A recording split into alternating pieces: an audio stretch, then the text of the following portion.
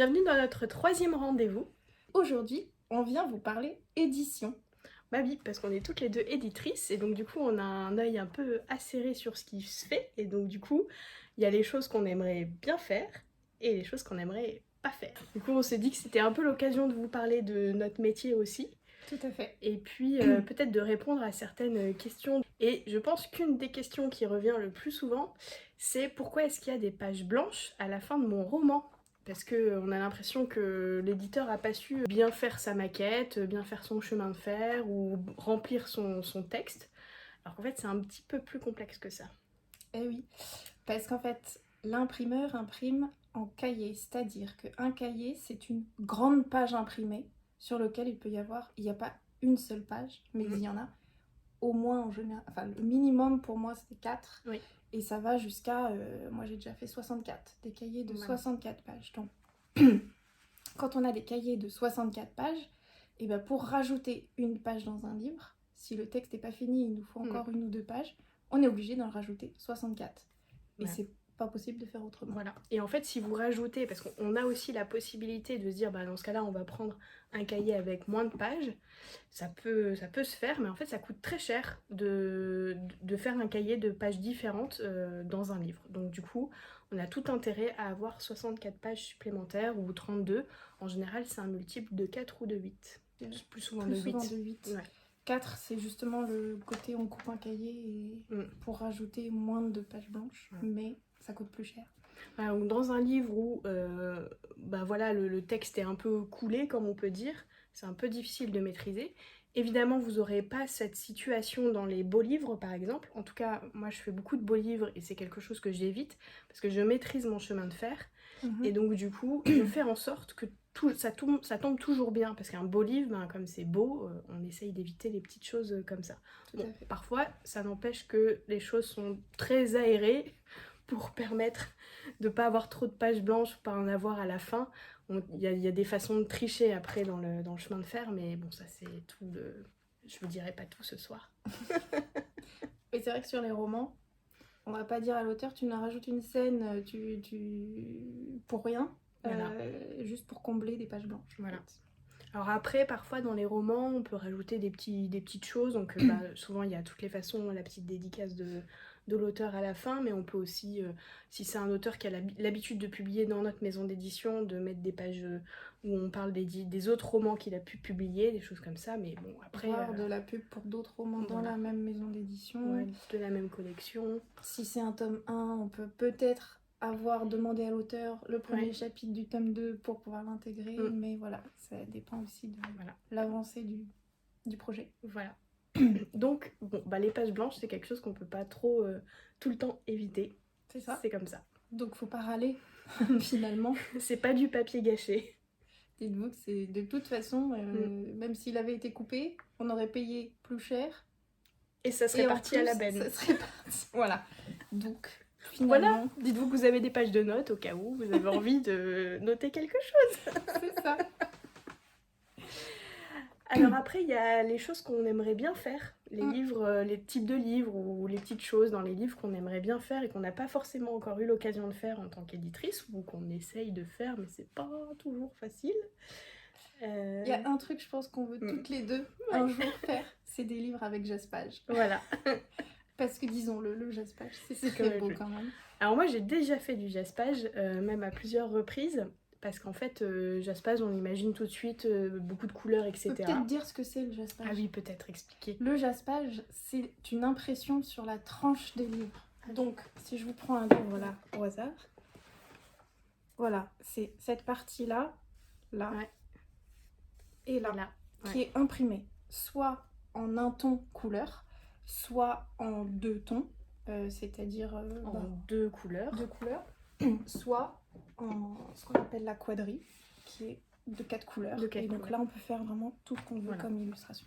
De 4 couleurs, CMJN, cyan, magenta, jaune et noir. En gros, ça correspond à vos cartouches dans une imprimante. C'est ça. On imprime pareil les bouquins avec ces couleurs-là pour créer toutes les couleurs de l'arc-en-ciel. Et quand on a une seule couleur, c'est une couleur spécifique qu'on a choisie. Et en général, c'est un Pantone, c'est-à-dire c'est la marque Pantone. qui propose toute une gamme de couleurs, d'encre de couleurs qui existent, et ça donne des couleurs qui sont parfois un peu plus vives qu'avec de la quadrille, en tout cas plus soutenues, puisque c'est une couleur spécifique. C'est ça. Et les livres avec jaspage, ben, ça coûte cher, le jaspage, ça coûte très cher. Tous les imprimeurs ne savent pas le faire, donc ça réduit aussi potentiellement le nombre d'imprimeurs auxquels on peut demander de faire des livres. Je vous en ai ramené quelques exemplaires pour vous montrer. J'ai celui-ci qui vient de chez Hachette, Lagrange-Temps. Voilà. C'est très beau. Ça, voilà. je me demande si c'est pas un ton Pantone. Oui, avec des variantes d'intensité de couleur. C'est ça, parce que tout est bleu. Et là, par contre, on est sur de la quadrille. Je vous ai ramené de chez Sabran. C'est Plaisir Violent. Et là, on voit le détail de toutes les couleurs. Le haut et le bas est souvent plus soft, plus simple. Voilà ce que ça donne. Et donc ce que je disais, moi j'avais déjà fait du jaspage, mais beaucoup plus simple, parce que moi j'ai fait jusqu'à maintenant beaucoup de livres qui étaient classiques, on va dire, et le doré par exemple, c'est aussi tout à fait possible. Donc moi j'ai fait des livres avec des tranches dorées. Je suis désolée, il y a Charlie qui passe avec sa queue. Quand on filmera ici, vous verrez toujours une queue de Charlie passer à un moment ou à un autre.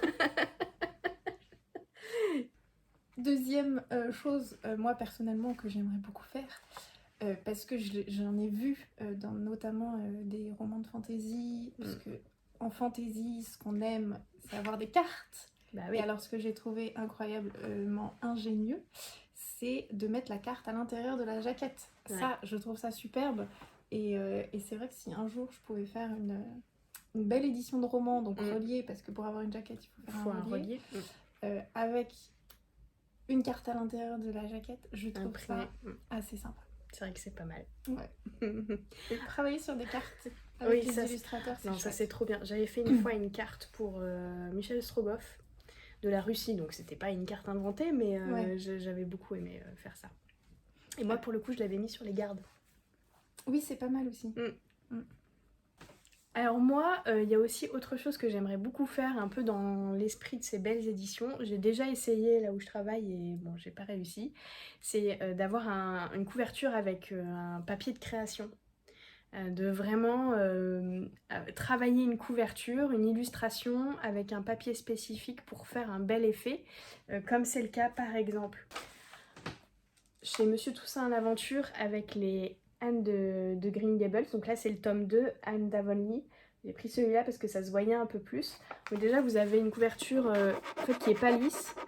Je sais pas si vous entendez, mais voilà, c'est vraiment un papier spécifique sur lequel c'est imprimé. Et ils ont vraiment fait des tests, j'avais vu passer ça sur Instagram, pour l'impression. Et je trouve ça vraiment chouette. Alors après, j'ai déjà fait plein d'effets sur les couvertures, parce que toujours dans cet esprit de devoir faire des livres un peu à l'ancienne, j'ai déjà fait des couvertures avec du simili-cuir, avec un embossage, donc c'est-à-dire avec un creux, sur lequel était imprimé ce qu'on appelle une cuvette. Donc en fait, c'était une illustration imprimée sur un papier qui est collé sur le simili-cuir, et avec un fer, avec le titre, etc. Donc c'était aussi très travaillé, j'avais trouvé ça assez chouette à faire. On s'est beaucoup pris la tête pour savoir comment on devait positionner le fer pour qu'il tienne, et qu'il soit pas trop près de l'embossage, etc. C'était plutôt rigolo à faire. Mais c'est vrai que voilà, faire vraiment travailler avec une illustratrice, un illustrateur, et travailler sur un papier, et puis même travailler un papier de garde, de création, enfin j'aimerais beaucoup. J'ai failli faire un livre avec un tissu, mais ça s'est finalement pas fait. Mais voilà, quelque chose qui me tente bien. Alors moi, un de mes grands rêves aussi, parce que j'ai quand même fait des études d'anglais à la base avant d'entrer dans l'édition, et j'aimerais énormément un jour acheter les droits d'un roman anglais américain, d'un auteur encore vivant, pour pouvoir le traduire et le faire connaître en France, parce que je trouve le côté international aujourd'hui dans l'édition assez fabuleux quand même, surtout qu'il y a des auteurs maintenant qui se déplacent aussi pour venir, donc voilà, ça peut être chouette.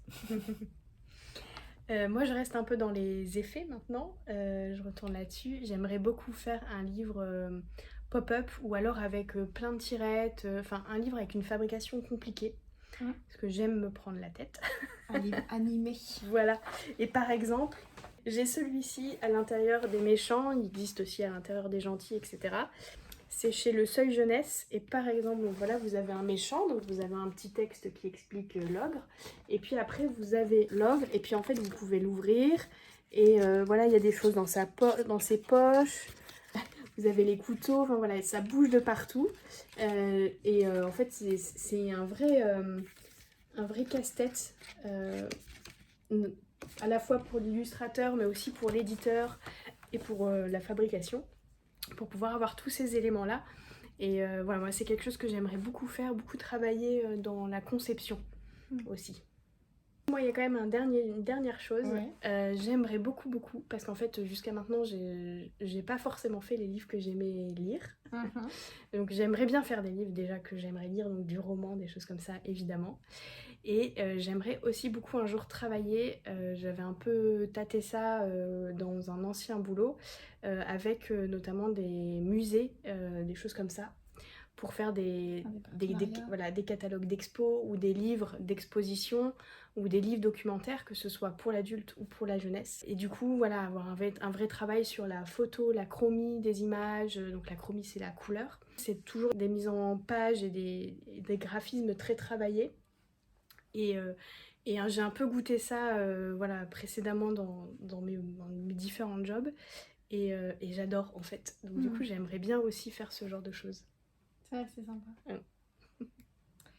Et alors, les choses maintenant que nous n'aimons pas voir en tant que lecteur et lectrice, et qu'on essaye de ne pas faire. Alors, des fois, on est un peu obligé. Hein. Oui, parfois, on n'a pas tellement le choix. Mais vraiment, les choses qui, pour nous, ne passent pas du tout. Alors, je pense que la première chose qui nous vient à l'esprit toutes les deux, c'est les pages trop chargées dans les romans.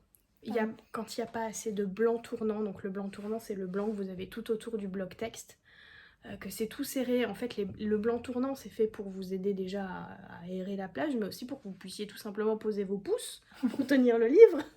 D'ailleurs, les blancs sont pas tout à fait les mêmes à l'intérieur du livre et à l'extérieur du livre. Il y a ça, et puis le texte qui du coup a une justification beaucoup trop longue, donc en fait les yeux qui vont pas se fatiguent en fait parce que ils doivent rester sur une longueur de lecture. Voilà, la règle, c'est 12 mots maximum par ligne, quelle que soit sa taille. Vous pourrez compter dans vos livres et voir si ça... Voilà, donc moi c'est quelque chose, je fais toujours attention dans tous les livres que j'ai fait, parce que sinon ça fait des blocs illisibles quoi. Parfois l'interlignage aussi ça joue beaucoup, quand les lignes, déjà c'est écrit tout petit et puis en plus c'est tout serré, enfin non. C'est bien qu'on gagne de la place en page, mais en fait c'est pour ne pas ouvrir le livre, parce que moi personnellement y a des livres qui m'intéressent qui sortent dans ce type d'édition là, je ne citerai pas, mais je n'achète pas parce que je sais très bien que ça va être l'horreur à lire. Et que du coup, en fait, j'aurais même pas envie d'ouvrir le livre, en fait. C'est le type de livre que, quand j'étais plus jeune et que je faisais pas attention à ça, j'achetais parce que l'histoire m'intéressait, mais qui restait dans ma bibliothèque parce que Là, t'avais pas envie de te plonger dedans. Ah non, dès que j'ouvrais la première page, hop. Et en fait, peu importe si l'histoire était entraînante bien ou pas, c'est juste la mise en page qui me rebutait, quoi. Je pense que la deuxième chose qui nous vient en tête, c'est les hommes torse nu sur les couvertures. Ça, romance. A priori, je n'en ferai pas. Là où je suis, ça passera pas de toute façon. Donc, j'ai pas trop ce problème-là. J'imagine des livres. Non, effectivement, c'est pas possible. Non. Voilà, je suis pas dans une maison d'édition qui ferait ce genre de choses. Mais si par hasard, on se retrouvait à faire ce genre de bouquin... non, on est d'accord avec l'ensemble de tout le monde. Enfin, je pense qu'il y a... Je pense qu'il y a peu de gens qui aiment vraiment. Puis alors, la honte de lire ça dans le métro, quoi. Bah oui, c'est ça. Puis souvent, je trouve que ça... Enfin, j'en ai pas lu beaucoup, mais ça reflète pas vraiment le livre. Enfin, c'est un peu caricatural. C'est ça. Alors moi, les quatrièmes de couverture... Alors, je suis pas très friande de quatrièmes de couverture. D'ailleurs, c'est déjà compliqué à pour écrire. moi, plus c'est court, mieux c'est. Moi, il me suffit d'une phrase en général pour m'accrocher. Ouais, du coup, je les lis très très peu, les quatrièmes de couverture. Et alors, quand elles sont trop longues, écrites toutes petites, Ah oui. là, c'est même pas la peine. En fait, on a l'impression qu'il y a déjà la moitié du roman qui est sur la quatrième. Non, ça sert à rien en fait. Soit ça, soit il y a tellement d'infos qu'en fait, on se perd sur les infos importantes. Et du coup... Puis sans compter que parfois, elles vont trop loin en fait dans les explications. Oui. Et que en fait elles anticipent un peu trop ce qui va se passer plutôt au premier tiers ou au lieu du début quoi. Enfin, faut aussi après, savoir. C'est pas évident d'écrire des quatrièmes de couverture. Non, ça on sait bien. Ça fait partie de notre métier. Ouais. C'est un exercice compliqué. Un exercice compliqué parce qu'il faut à la fois refléter le texte, ne pas mentir, mais en même temps c'est un élément commercial et donc il faut être commercial dans ce qu'on vend, ce qu'on dit. Donc bref. Ouais, non mais c'est pas un exercice facile quoi qu'il en soit la quatrième. Mais bon quand même, il y en a qui peuvent faire des efforts. Pas trop long. Je dis ça, je dis rien. Un truc que moi je déteste personnellement, dès que j'achète un livre qui en a un, je le vire et je ne le revois plus, ce sont les bandeaux. Les fameux bandeaux. Alors je sais que c'est un argument commercial, que y a des libraires qui aiment ça, il y a des commerciaux qui aiment ça. Moi, en tant qu'éditrice, en tant que lectrice, pas du tout commerciale, je déteste. Ouais. Et le pire, c'est les faux bandeaux pour moi. Oui, ceux qui sont carrément imprimés sur la couve. Et puis alors, les faux macarons aussi. Ouais. Ça...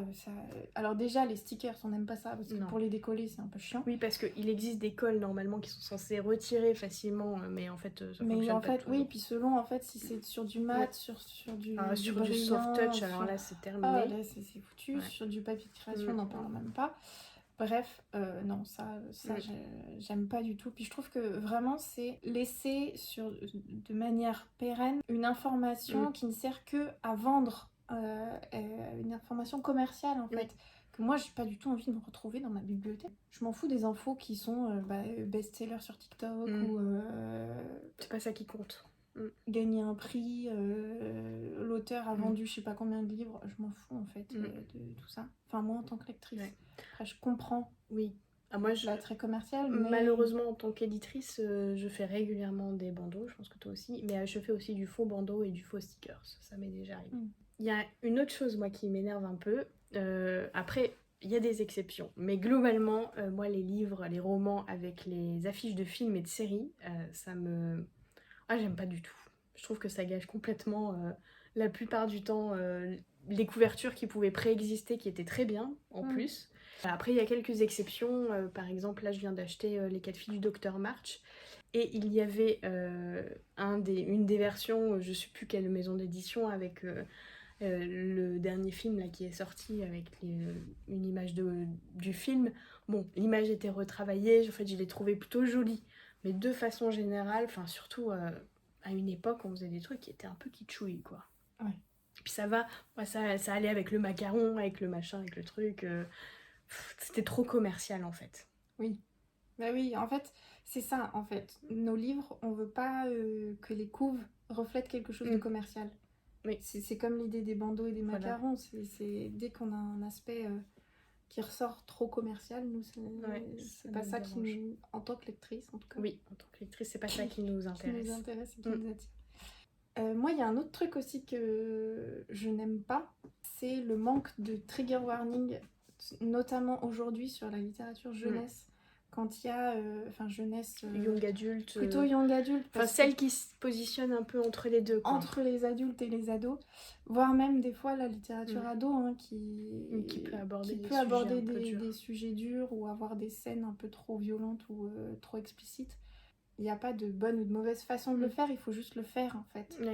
Que ce soit en quatrième de couve ou à l'intérieur du livre, c'est trop important que les gens sachent dans quoi ils se lancent, et notamment les enfants. Les enfants, les jeunes. Les ados, c'est important. En fait, c'est hyper important. Moi, ce que je déteste, c'est qu'on me vende quelque chose qui n'est pas, en fait, ce que j'ai à... Et d'ailleurs, c'est là où il y a beaucoup de livres qui, du coup, sont des déceptions, parce que, c'est pas ce qu'on m'avait vendu. Alors que si on me l'avait vendu dès le départ comme ça, je savais dans quoi j'allais, et j'aurais peut-être plus apprécié parfois ma lecture. Et d'ailleurs, dans la continuité de ça, c'est aussi les couves qui sont mensongères. C'est-à-dire, il y a plusieurs choses. Quelque chose qui va signifier quelque chose d'un peu doux, alors qu'en fait, ça va être très sombre. les couves qui vont faire très jeunesse alors qu'en fait c'est très adulte, enfin en tout cas c'est plus 18 sûr. Voilà, quelquefois c'est un peu flou, enfin surtout je trouve avec les réseaux sociaux, avec tout ce qu'on voit passer, où voilà, il y a des gens qui parlent des livres qu'ils ont adorés, et en fait ils oublient de préciser que c'est peut-être pas tout à fait de la jeunesse, donc si en plus la couverture a une illustration qui fait un peu jeunesse, alors là on est complètement perdu, et c'est vrai que c'est un peu dommage quoi. C'est ça. J'ai été déçue plusieurs fois cette année par des livres parce que je pensais lire quelque chose et en fait pas du tout, c'est pas ça. Moi, l'exemple, c'est couve et titre. Oui. J'ai deux d'ailleurs, j'en ai plusieurs où je me suis fait avoir. Il y en a une, en effet, ouais, je crois que c'est un prince pour Noël ou quelque chose comme ça, où c'est un recueil de nouvelles. Je me suis dit, oh, des petites romances de Noël, ça va être sympa. Que nenni, aucune ne se passe à Noël. Aucune. Il y en a une qui se passe en plein été en plus. Il y a vraiment rien de Noël. Et en fait, quand on regarde le titre en anglais, en effet, c'est pas du tout ça le titre. Je sais plus ce que c'est, mais ouais, voilà, c'est pas du tout ça. Et le deuxième où je me suis fait avoir, là pour le coup, j'ai détesté le livre parce que bah, c'était pas du tout ce que j'avais envie de lire. C'était un livre de Lois Lowry, pourtant que j'aime beaucoup comme autrice. Mais là, c'était 5 centièmes de seconde. Et toute la quatrième nous parlait de une jeune fille, de la photographie. Moi, il m'en fallait pas plus. Je me suis dit trop chouette. Et donc 5 centièmes de seconde, on se dit ça va beaucoup tourner sur la photographie. En fait, non, c'était un truc de fond. Et l'histoire de base, qui était très claire pourtant dans le titre anglais, c'était The Summer My Sister Died, ou un truc comme ça. Ah oui. Donc là, on sait très bien, c'est l'été où ma sœur est décédée. Voilà, on sait dans quoi on se lance. 5 centièmes de seconde, Oui, non, c'est un peu trompeur. C'est carrément trompeur, et du coup, c'est vrai que c'était un livre très très dur, et c'était pas du tout ce que j'avais envie de lire à ce moment-là, donc bref, du coup, je suis passée à côté, et j'ai pas du tout aimé ma lecture. Ça arrive. Voilà, bah, je crois qu'on a fait le tour un peu. Je crois aussi. Si vous avez des questions sur l'édition, sur des choses qui vous intriguent de façon de faire pour les livres que vous lisez, n'hésitez pas à nous les poser en commentaire, on sera vraiment ravis d'y répondre. Et puis s'il y a des thèmes que vous voulez qu'on développe dans une vidéo aussi, tout simplement, on peut tout à fait glisser des nouveaux thèmes dans notre programme. Exactement. Et puis bah, si juste vous êtes trop timide, vous n'avez pas de questions, vous pouvez mettre une pile de livres. Voilà. En commentaire. Et comme ça, on saura que vous êtes allés jusqu'au bout de la vidéo. Exactement. Et donc du coup, on vous souhaite plein de belles lectures et puis surtout des lectures pétillantes. Et de jolies rencontres d'encre et de papier. À bientôt. À bientôt.